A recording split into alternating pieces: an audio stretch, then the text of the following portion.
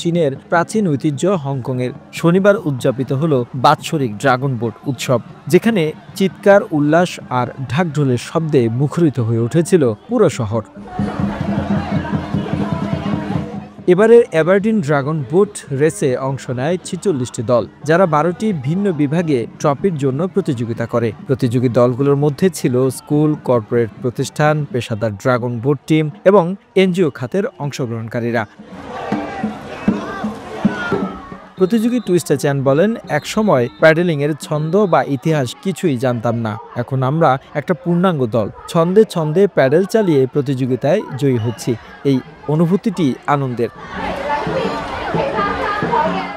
Dragon boat রেসের উৎপত্তি চীনের দক্ষিণ লিংনান অঞ্চলে হাজার বছর আগে হলেও আধুনিক রূপে এই খেলাটি গড়ে ওঠে আজ থেকে প্রায় ৪০ বছর আগে হংকংয়ে। এই বিশেষ প্রশাসনিক অঞ্চলে মূলত এটি একটি আন্তর্জাতিক প্রতিযোগিতামূলক উৎসব হিসেবে পরিণত হয়। A lot of people are enjoying, small kids, big people, very big people, so it's nice. It's a way to bring the community together. We have a lot in Greece as well, so we like tradition.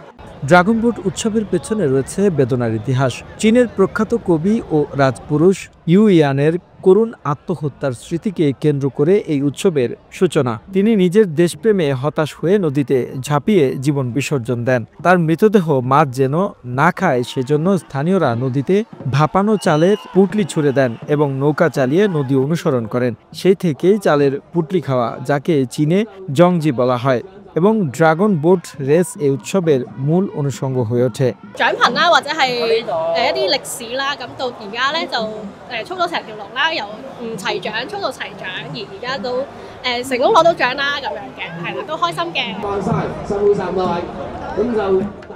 আজকের দিনে এই ঐতিহ্য শুধুমাত্র একটি উৎসব নয়, বরং একটি সংস্কৃতি যেখানে ইতিহাস, দেশপ্রেম এবং ঐক্য মিলেমিশে এক অনন্য অভিজ্ঞতা উপহার দেয়। হংকংয়ের এই আয়োজন শুধু স্থানীয় বাসিন্দাই নয়, পর্যটকরা উপভোগ করেন উচ্ছ্বাস ভরে।